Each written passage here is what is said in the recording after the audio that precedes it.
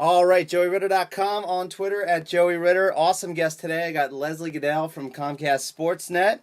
Leslie, thanks so much for doing the show. Thank you We have another guest behind us my right daughter Kendall making an appearance in the background. Good to see you there, Kendall.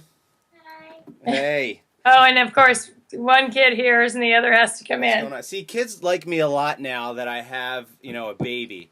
Yes. I used to try to start conversations with them and stuff, and they weren't sure. But when you hold a baby, man, I do they know. like you. Changes everything. So congratulations, 15 years with Comcast SportsNet. And if I'm doing the math correctly, that's 1997. And I was quite younger. And I was 4. Do you remember exactly what was going through your head when they flipped the cameras on in 1997? Yeah, I do, because I remember being absolutely petrified because I didn't know how the city of Philadelphia was going to accept us, and accept me as an outsider. I'd never spent the night in this city the day I moved here. I came in for the interview the day that was Game 5 of the Stanley Cup Finals between the Red Wings and the Flyers, Right. and there was no Game 5. Right. So I came in and left. And I showed up in town, having moved from Manhattan Beach, and I was like, what is this, city all about? I know they're big sports fans here. Obviously, that's why I took the job. In fact, I had another job offer, you might argue, sounded better and definitely looked better on paper, but there was just a passion about this city. So I knew I loved sports, and I just hoped that kind of shined through. But, having Neil Hartman there and Michael Barkan and Ron Burke and people who were familiar with the city mixed in with those of us who came in from out of town, really, it put the focus on us as a whole. So I didn't feel the pressure as an individual, but as a network, we really wanted to shine. Right, and you've been here for 15 years. You know the passion of the city. You made the right decision. City loves you. And you set the bar for all the other. You were the first female sports reporter, am I correct? Yeah, no, well, you could argue both Dee, Lynham, and myself. I Okay. was the first female sports anchor in Philly, from what I've been told, and there were others that did it from the writing side, but there hadn't been any television reporters or anchors. So both Dee, Lynham, and myself, I think, took a lot of pride in that. Sure, and it's actually funny. I was in Los Angeles for the first time in July, and I had to kill some time before my flight, and Manhattan Beach is right, like 15 miles from the airport. So I had breakfast, I walked down to the beach, took some video. Great place. I would love to go back there on vacation sometime. Yeah, it was a neat place to live. I lived there for a couple of years, and I went to UCLA, and so I lived on the west side of LA once I got into college. And I remember when I moved here, my boss said, so you lived in Manhattan Beach and you're looking for a place to live. Why don't you try Manayunk? It's a little like Manhattan Beach. So I got in my car and I drove out to Manayunk. Well, I guess it is with Manhattan Beach. With the water, I guess. Yeah, I think it's the hillside, and maybe when the river floods. I don't know. Right. Now, were you doing sports when you were on the West Coast? I was. I was actually, in my way past, I was in the title insurance business, title insurance and mortgage brokers. I worked in that industry before, and then decided I didn't want to do that the rest of my life. Stop. Didn't want to do that the rest of my life. So I took an internship at what was Prime Ticket. I guess it is Prime Ticket again. It was the first regional sports network, just like Comcast SportsNet, but it was the first ever at the time they had done that. So I was a little older than a lot of the college interns that were there, but I worked there as an intern. I put a tape together, got a job in Pocatello, Idaho, worked in Pocatello covering 8-man football teams. Oh my gosh, you're like the obnoxious person behind the interviews. Yeah, he's like if this was the Today Show, he'd be the guy, Oh outside. my gosh, he would be. I'm surprised he doesn't have a jersey on too with his face painted. But I worked at Pocatello, covered 8-man football teams who got 2 weeks off for potato harvest, and then 7 months later was in LA working for Prime Sports as what Prime Ticket had become Prime Sports. And I was a little in over my skis at the time, but I wasn't going to turn the job down. And then it turned to Fox Sports, and that's when they hired Susie Colbert and Keith Oberman, if you may remember that. And so they swept a lot of us out the door, and I just went job hunting in Philly, and Home Team Sports was the other one that came up. So. Right.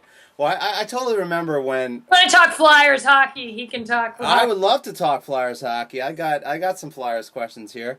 So which Flyer over all the years gave the best interview, do you think? Oh, which Flyer? Which Flyer? That's I think it's hard to replace the Jeremy Roenick. Yeah. Jeremy's pretty straightforward. Pretty straightforward guy. Maybe. Yeah, I think he was always a good interview. I'm trying to think. I didn't do a lot. That's the thing, is when you're sitting on the anchor desk, you're not out there doing a lot of interviews out in the field. I saw Justin Williams at the ballpark not long ago, and I always loved Justin. I always thought he was, for as young as he was when he got here, he got it. A lot of these guys really get it when they're that young, because they've been playing, junior hockey somewhere. And but I think Roenick's probably. Yeah, well, it's funny you say that, because I interviewed another guy who hosts a radio show in Toronto, doesn't have any connection to Philly, and I asked him, who was the best hockey player he interviewed, and Roenick was his answer too. So it's a pretty universal answer. Who's your son's favorite Flyer? Who's your favorite Flyer? Go ahead. It was Mike Richards, but then he moved. Who is it? Who is it now? Well, he's still in Los Angeles, where you live. Claude. You can answer. Claude Giroux. Claude Giroux. That's a good one. I was thinking about, because he's playing in Germany right now, and they're selling the T-shirts of the German team that he's playing for. Yeah.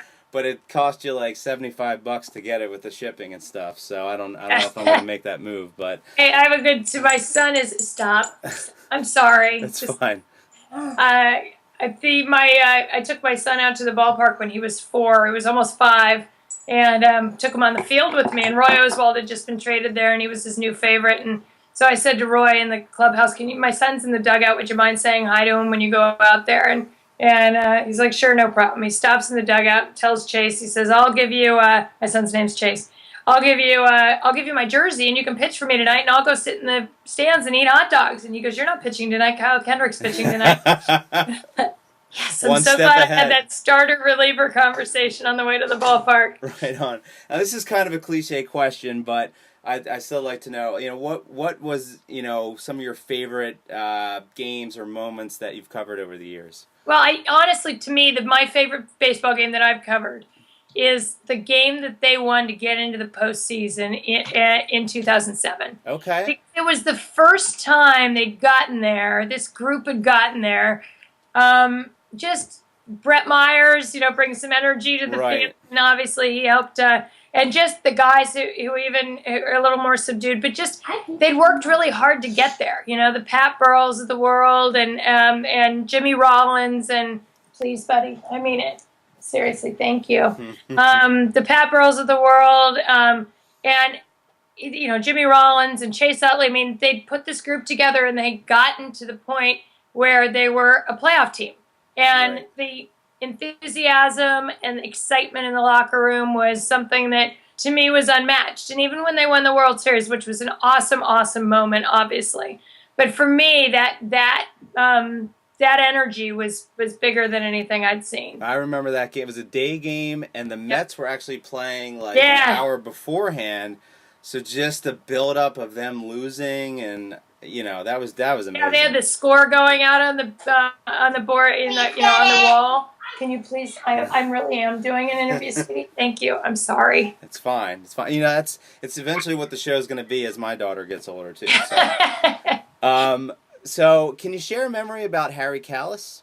Yes, I can share a couple of memories about Harry. In fact, the story I tell about Harry is one that happened very early on when I got here. When I first arrived in 1997.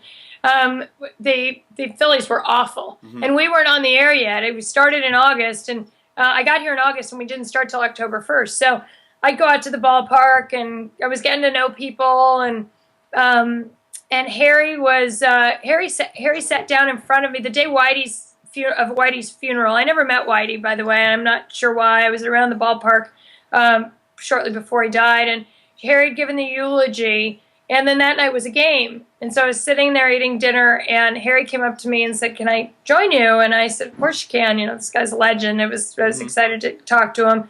And as we sat there, the taped eulogy came on behind us. They were showing it on TV.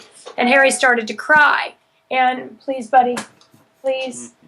Harry started to cry, and I felt so uncomfortable and out of place. You know, I said, "Would you like me to leave?" And he said, "No, I please stay right here." And I didn't realize then the relationship that they had and what what Whitey meant to the city and what Whitey meant to Harry. And a lot of people say the piece of Harry died that day, that Whitey died, and it was always about Whitey. When you talked to him about baseball, he always brought Whitey up. So that, you know, I look back at that as a moment where I got to know a little bit of Harry Callis, but I feel like I got to know a little. I only got the later part of it, and I wish I'd known him before that. Yeah, all right, great answer. Now, would I be correct if I said that Neil Hartman was the guy that you worked with the most at the anchor desk? Yeah, absolutely. Can you tell me something embarrassing about that he wouldn't want you to share? A personality trait, maybe something he did on air that was a goof, anything? Well, Neil, see, the thing is that I really can't share anything about Neil because Neil would have done it. Like, you saw the goofy Neil. Neil is not afraid to be goofy. Right. I remember, actually, yes, I could tell you a great story. It was P. Diddy was in concert, and is that song "Pass the Cavassier"? And I guess they started playing it, and someone mentioned the song. Neil says, "Yeah, we gotta run out and go listen to that song, Pass on the Cavassier," or something. He would pretend to be cool, but he knew he was pretending to be cool. He was trying to be goofy. One time there was some yoga thing or talk about yoga on the show, and he came out of the thing. He was sitting on the desk, in a yoga pose. Neil's not afraid to be. Somebody said, "Neil, you're so white, you're clear." Like, he just is a fun, easygoing guy, not afraid to make fun of himself. I couldn't have made it here without him in the beginning. He was instrumental in really carrying me and teaching me about Philadelphia sports as we were sort of on the fly. Because we'd have hour shows at 10 o'clock, and the scripts would be sitting in front of us, and we would have, 2 pages of script left and 20 minutes of show left to do. And we'd be like, you would see our producer running past the studio with like the 7-minute cheerleaders package we'd shown like 4 times. Right. So we did a lot of chit-chatting, and here I'm talking Philly sports, and I don't really know Philly sports. So I really leaned on Neil those for several years especially, and he was always just such a big supporter of mine. Right. All right. Well, and he totally comes across that way. Fun-loving guy, and I just remember in the late '90s, it was always you two that would be before and after the games, and I remember when the station first started. Did it go right from Prism to Comcast SportsNet? Or was there I think it did. I think it was. I think we had like a 5 o'clock start that day, and I think the first thing we aired was the making of Comcast SportsNet. And then we were on for news at 6:30. I think maybe we did like a daily, half an hour daily news live or something like that, just starting. Yeah, actually, I think Daily News Live might have been later. I can't remember, but things had to find you had to find your niche that first year and what was working and what wasn't, but it settled in fairly quickly. But it was a big deal because people used to have to pay to see Flyers and Sixers game, and now all of a sudden Comcast SportsNet comes in and it's for free now. So it was a huge thing, and I still have a soft spot in my heart for Prism. I do prefer Comcast, but that logo with the colors and it was so 80s. It was great. It's what you grew up with. Right. So I have an out there question for you, Leslie. Yep. Now you got to stay with me on this one. If you had access to a time machine, okay, and in 2012 you can return to your husband and kids just fine, but you are going to make the journey yourself. But you can only go in one direction. Do you go in the past or do you go in the future? And where would you go? That's a good question. No, honey, it's not about the band One Direction. I got my guitar back here. I could play it. Play a little One Direction. Perfect. I think that I would have to go to gosh, that's a tough one.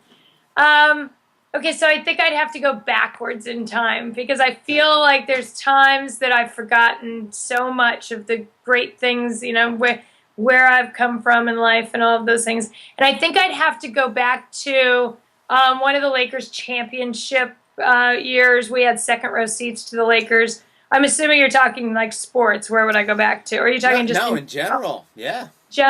In general. Well, I would certainly not be in a crew boat like I was for 2 years. That would be too hard to go back to that. And it doesn't have to be in your lifetime either. It could be before you were born. That's true. That's true. Good point. Possibilities are endless. Yeah, you know what? I think as close to my grandmother as I was, I would really love to go back to a time when she was a working mother on her own in the 40s, and I think it would be fascinating to see what life was like back then, especially because life changed so much from then to when we were little kids, and of course from when I was a little kid to now, it's changed dramatically. So I think the early 40s after coming out of the Great Depression would have been a really neat time to see. Yeah, I agree with your answer in going back to the past. I would go to the past. Of course I want to see the future, and I want to see what happens after my time. But, how is it going to be that exciting to see how good smartphones get and how people communicate? The Jetsons are just not the same. We've seen the Jetsons. We don't need to see it later. Exactly. Yeah, we're 2 years away from hoverboards here. Yeah. So what was the best concert you've ever been to? That's a good one too. So don't laugh, but one of my favorite concerts was it was an all-day concert. It's called the US Festival. It was in 1984. I was a senior in high school, and I'm dating myself, obviously. But it was Quiet Riot, which was awful, by the way. Quiet Riot was awful. Really? They were awful. Yeah, Come On Feel the Noise was just not the same live and in person. Quiet Riot, Judas Priest, Ozzy Osbourne, Triumph, Scorpions, and Van Halen. Wow. And David Lee Roth was so drunk he couldn't even sing a song. And say I forgot the words, and I was cussing, but I loved the Scorpions, and it was just the whole day. But in terms of the concert itself, I've seen Oingo Boingo 13 times. What was their hit? Their final show. Weird Science put them on the map. However, Danny Elfman was the lead singer and the writer, who now writes, almost every movie there. So Danny Elfman was this crazy fireball redhead who jumped all over the stage, but they had a great brass section. And when they started out, they were called the Mystic Knights of Oingo Boingo, and they would roll out on the Santa Monica Convention Center, and they would roll out shopping carts full of brass instruments, and guys would come out and grab them, and they'd put on their show, and then they evolved to Oingo Boingo, and did songs like Only a Lad, and Weird Science was the one when I remember going to a concert and going, you people don't have any idea who these guys really are. See, jumping on the bandwagon. That's why I do these interviews, because I'm very aware of who Danny Elfman is, and Beetlejuice and Batman and all the great scores he's done. But I had no idea he had any connection with Oingo Boingo. Oh yeah, he was the lead singer and writer.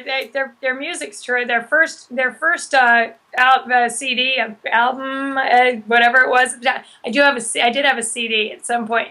Was good, and I saw their final show ever at Universal in California.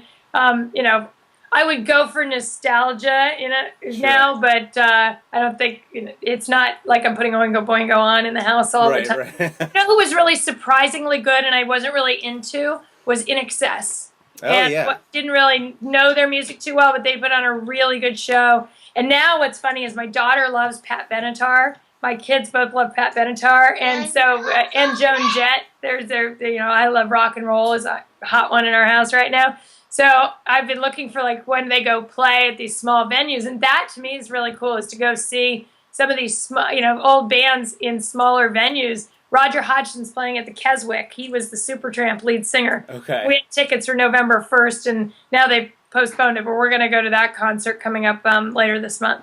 Joan Jett and Pat Benatar, definitely timeless. Yes. And you had mentioned what did you mention before Pat Benatar and Joan Jett? On Van Halen's from my hometown. They played in the quad at our high school the year before their first album I actually saw David Lee Roth solo because he got back with Van Halen in 2007, and this is like 2005, 2006.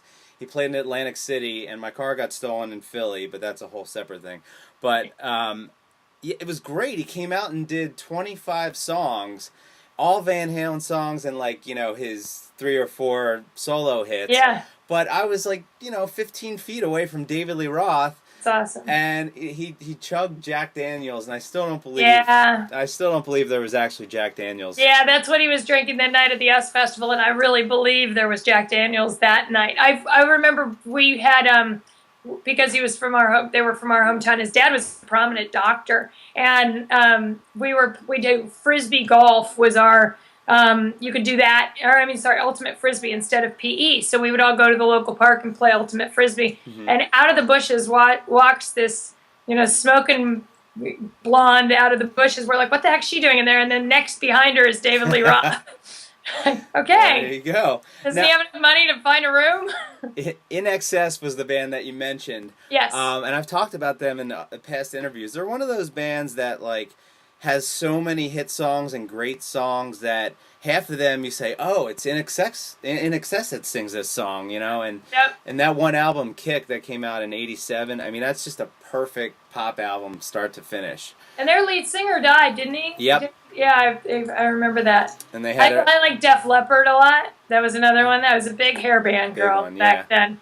And I could fess up and say I've been to 3 Rat concerts in my life as well.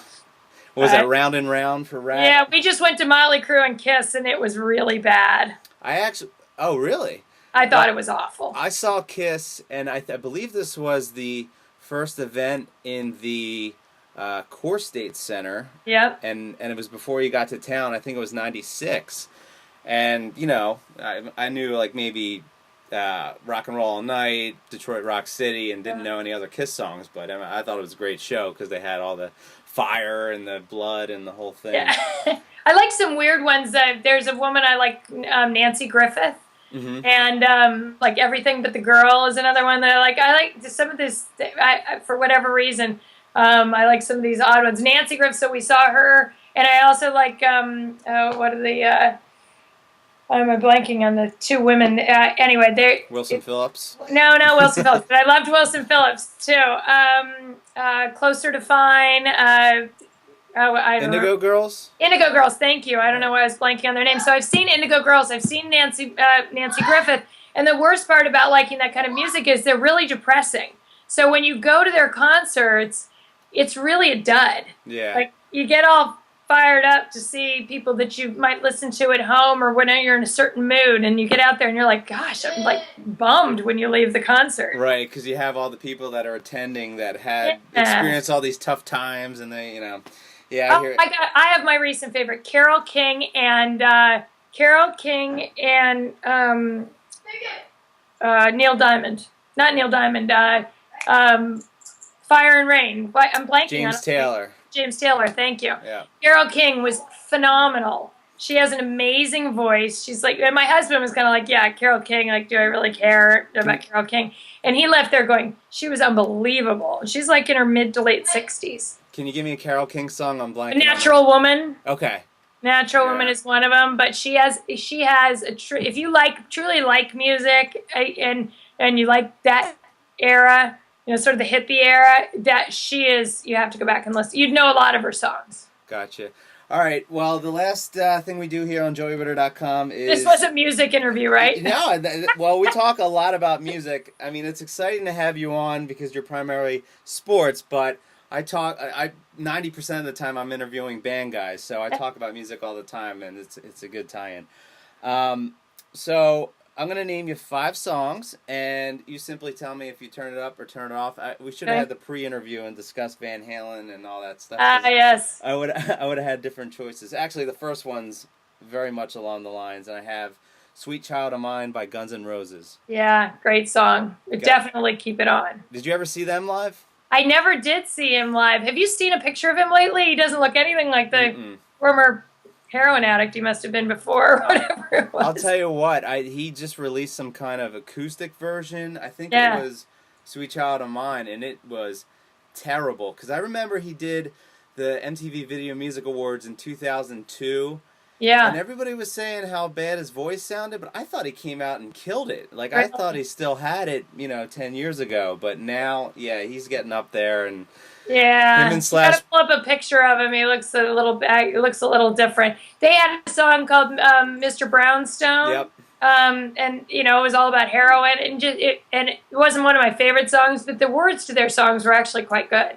Yeah, for the time, everybody was singing about getting drunk and Yep. girls and stuff, but they had some pretty heavy subject matters. I'm actually reading Duff McKagan's book, and by reading, I mean, I've been reading it for 6 months, and I'm halfway through it, but... Yes, 'cause you have a 6-month-old. Exactly, and just the stories about, they were all poor and how they got together, and, but they really did it like a band should. They were poor and, had no money, but still toured and stuff. Like, they weren't an overnight success, that band, Right. So... All right, so your second song is Hey Mickey, You're So Fine by Tony Basil. How could you turn that off? You gotta, start dancing when you hear that one. That's a great song. I agree. Guilty pleasure of mine. Third one is Mama Said Knock You Out by LL Cool J. I don't know it. I might know it if you play Sure it you for do. me, but don't know it by the title. Mama Said Knock You Out. I'm gonna knock you Oh, out. yeah, I like that song. I wouldn't turn that off. Yeah. I love it when people don't know the songs, because that means I get to sing them. Yeah. All right, fourth one is If You Want to Be My Lover by the Spice Girls. Yeah, it's cute. I would probably find another one, but it's okay. Okay, so you're turning that one up. All right, and the last one is What's Love Got to Do with It by Tina Turner. Just because I love her voice, it would depend on my mood. That's one of those that I'd like. Oh, am I feeling that song or not? I like her voice, and I think she's phenomenal. But I would probably. It's like I'm not a Police fan, but I don't mind their music. I'm with Tina Turner. Yeah. All right, good answer. Hey, Leslie, I really appreciate you coming on the show. Big fan for a while. Thank you. How do people find you on Facebook? I actually did what I swore I'd never do and started a public page because my personal page got a little out of control, and unfortunately a few messed it up for the others. So I've started a public page. It's under Leslie Gudel. And that's you can find me there. And you're on Twitter as well? Yeah, at Leslie Gudel on Twitter. All right, great. I don't tweet a lot lately. I usually tweet more so during Philly season. All right, well, we look forward to that. I think the Phillies, it was just a hiccup year. I think they're going to be back where they should be this year. No, I think, I think you got guys who are healthy. I think it's going to be very interesting to see if Chase Utley can stay healthy.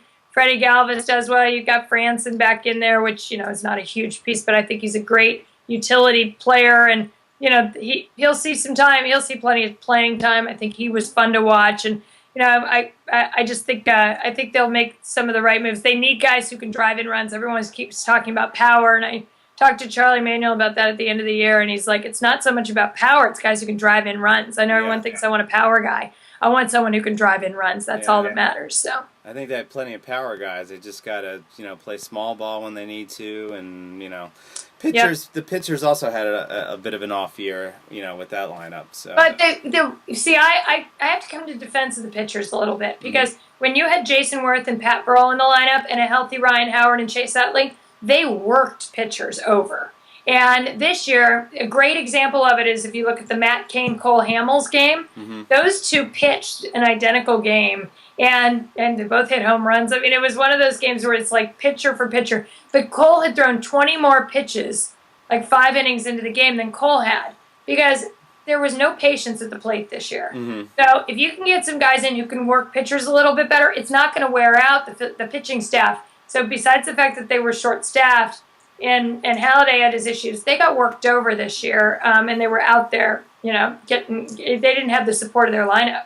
Gotcha. Yeah. Do you think we're going to see some hockey this year? I should preface this by we're a week out from this being posted, and I think it might be D-Day soon. I'd be surprised if in the next week that anything happens. I mean, it sounds very far apart in some real critical areas. All I know is when I came downstairs and watched found my son watching a rerun of a Hurricanes Devils game from like 4 years ago. I thought, please, somebody get this lockout over with. Wow, he is a big hockey fan then. Yeah. Yeah, it's just that's my number one sport is hockey, and same thing. I was watching the NHL Network, and it was a preseason game between the Bruins and Canadiens because it was the last game at Boston Garden in I think the mid-90s or something. Right. And I'm like, am I seriously watching a preseason game? Let's drop the puck already. So I know. It's bad. I was really confident the Winter Classic would take place and that it'd kick off the season, but obviously that's not going to happen. Yeah, I mean, I can see why they nixed that because there's so much that goes into it. But yeah, I mean, that's definitely not a good sign when that gets canceled. So. I know. All right, Leslie. Well, thanks again, and thank you. Continued success. Thanks. I appreciate it, Joey. See you.